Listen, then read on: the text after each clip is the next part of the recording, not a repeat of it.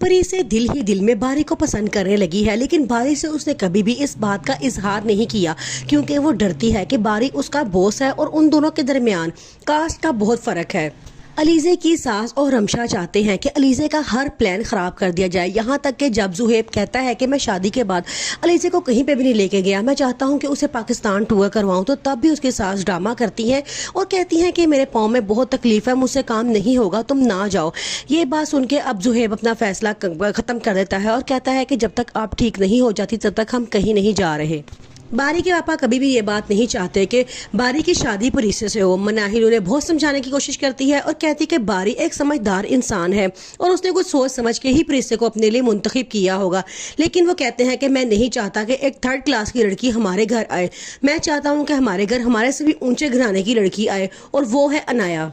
मिनाहिल उन्हें कहती है कि आप जानते हैं कि अनाया किस तरह की लड़की है, वो कभी भी हमारे भाई बारी को खुश नहीं रख सकेगी। लेकिन दादी परीसे को बहुत समझाती हैं और कहती हैं कि बेटियां अपने घरों में ही अच्छी लगती हैं। अलीज़े की शादी हो चुकी है, वो ब्याह के अपने घर चली गई है, तुम्हारी बारी है। मैं चाहती हूँ कि तुम भी जल्द अज जल्द अपनी जिंदगी का कोई फैसला करो। परीसा बारी के प्रपोजल के बाद बहुत परेशान है कि उसे बारी को अब क्या जवाब देना चाहिए। अलीज़े परीसा को बहुत समझाती है कि तुमने बेटी बन के वो किरदार अदा किया है जो बेटा करता है, अब तुम्हें अपनी जिंदगी के बारे में कोई फैसला लेना चाहिए। मेरा ख्याल है कि बारी तुम्हारे लिए बहुत अच्छी ऑप्शन है।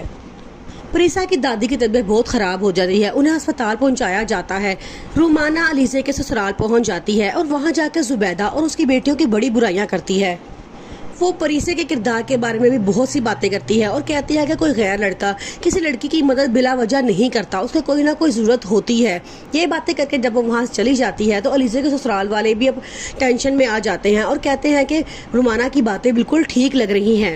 रमशा अपनी मामा से कहती है कि जितनी जल्दी हो सके अलीज़े की जान छुड़वाएं ज़ुहैब से और उसका तमाम जेवर भी अपने काबू में कर लें, क्योंकि जब हम ज़ुहैब की दूसरी शादी करेंगे तो हमें जेवर बनाने की ज़रूरत नहीं पड़ेगी। उसकी मामा कहती है कि ये लड़की जाएगी तो दूसरी आएगी ना।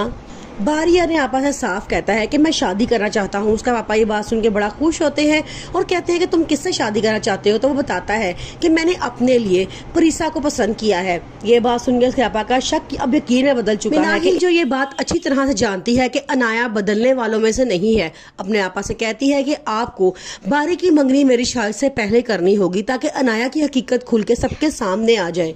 जबकि दूसरी तरफ बारी परीसा से अपनी मोहब्बत का इजहार करता है और कहता है कि मैं तुमसे शादी करना चाहता हूँ। परीसा ये बात सुन के बिल्कुल खामोश हो जाती है और उससे थोड़ा टाइम मांगती है। अनाया दिल ही दिल में बहुत खुश है क्योंकि जैसा वो चाहती थी बिल्कुल वैसा ही हो रहा है। अलीज़े की सुतेली मामा जो कभी भी अलीज़े की खैर ख्वाह नहीं थी, जान के अलीज़े के ससुराल वालों से अपने मरासिम बढ़ा लेती हैं और उन्हें कहती हैं कि आपकी बहू मुझे आपके घर आने से रोकती है। उसका मकसद सिर्फ ये होता है कि अलीज़े का घर खराब किया जाए, क्योंकि वो कभी भी नहीं चाहती थी कि उसकी सोकन की बेटियां एक अच्छे घर में जाएं और वहाँ पर राज करें। मिनाहिल बड़ी अच्छी तरह से जान चुकी है